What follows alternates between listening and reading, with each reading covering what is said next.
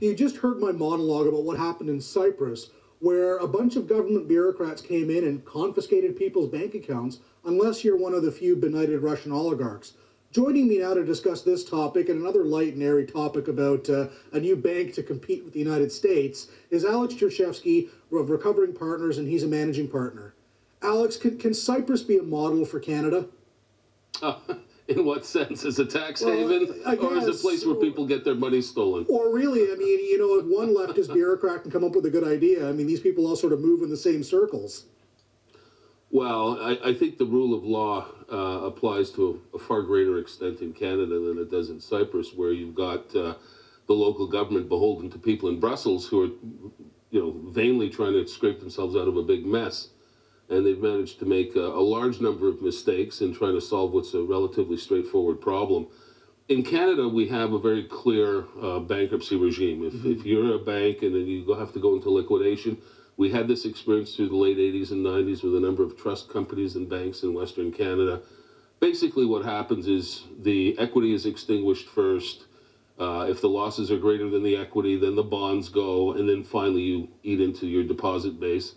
And that's what deposit insurance is for. It's meant to protect people up to a certain value, and the bank reconstruction takes its cue from there. What they tried to do in Cyprus initially was turn that whole regime on its head and tax the depositors at the expense of the equity in the bonds.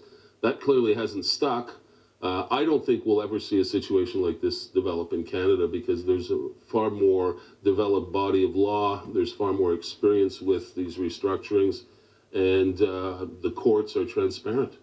Well, I think a lot of people, and Rahm Emanuel, who's the current mayor of Chicago, doing a bang-up job, said that a crisis is a terrible thing to waste. Never waste a good crisis. A lot of times when there is a crisis of something of what's happening in Europe, and you said this earlier, it's just that they've used 1,000 bad ideas to solve a fairly simple problem. Yeah. But they're not willing to actually solve the one thing. I think it was Winston Churchill who said that in finance, everything that is sound is disagreeable, and everything that is unsound is perfectly agreeable. And I think that's what we're seeing in Europe. My concern for North America, not so much Canada, given who we have in office right now, but particularly the United States, is this whole idea of wealth confiscation. I mean, there's been testimony of Obama advisors and supporters with the U.S.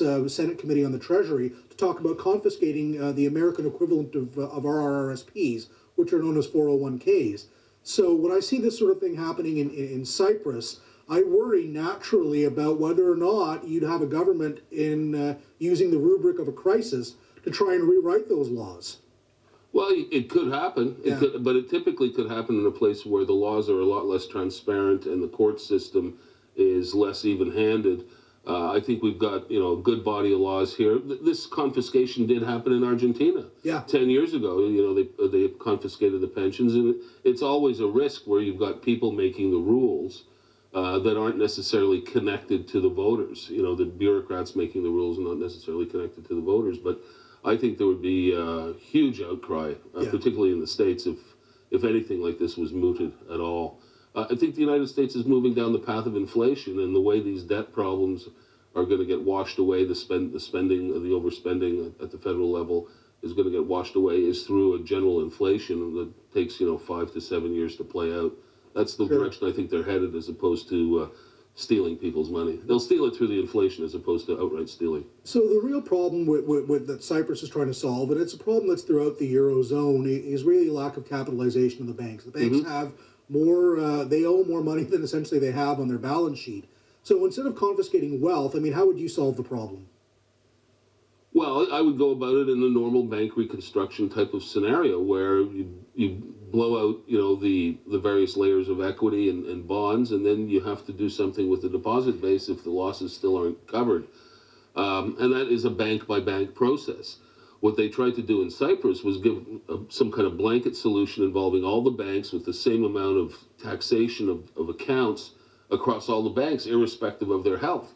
Now, we know in Cyprus, 2-3 years ago, when the Greeks started hitting the wall, they needed people to buy their bonds in order to keep the yields down and to demonstrate that there was still a market. And the Cypriot banks were pressured into buying a lot of the Greek debt that was on issue. Now, we knew that when Greece restructured and when all those bonds were haircutted, that these Cypriot banks would be on the ropes. Sure. So I think it's a huge travesty that it's taken the Europeans a couple of years to get to a point where they don't even have a workable solution. And they're creating additional problems and taking huge rounds out of confidence in the banking sector, not only in Cyprus, but across Europe by attacking the depositor. I think the course of action they engaged in is extremely ill-advised. Yeah, to say the least. Yeah.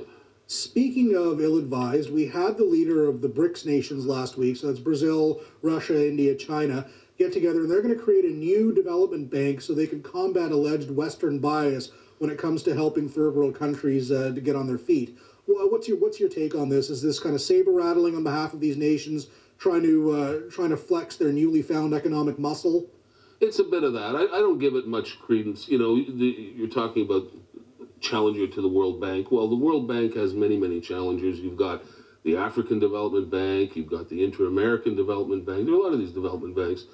Islamic Development Bank. Yeah. There's lots of these organizations around. And, the track record of these guys in promoting development and growth in less developed countries is not very good at all. So there's going to be a challenge to the World Bank. Well, big deal. I don't think it matters that much. The impact the World Bank has had on some of these economies is almost negligible, if not negative. Sure. The best example I can think of is, post-World War II, there was one country that had no natural resources, no liquid reserves, nothing, and now it's it's one of the wealthiest countries in the world. That place is Hong Kong. Yeah. Right? The country that took the most in aid from the World Bank and these development agencies since the end of the Second World War is India.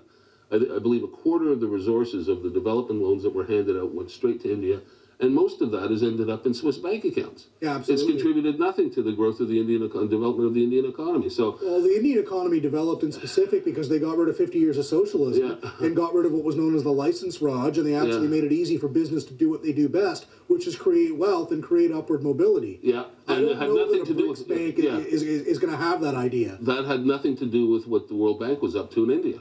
That had nothing to do with what the World Bank is up to in India. And if you look at most of these places, they're obsessively concerned about corruption, but they're creating part of the corruption themselves in the way they disperse the funds and hand out these projects. Well, that's the thing. I'm not convinced that a bunch of Russian bankers is the best idea if you want to get rid of corruption. Exactly. And at the end of the day, you look at the BRICS Bank, well, the Brazil Development Organization spends more money in development finance inside Brazil than the World Bank did last year across the entire globe.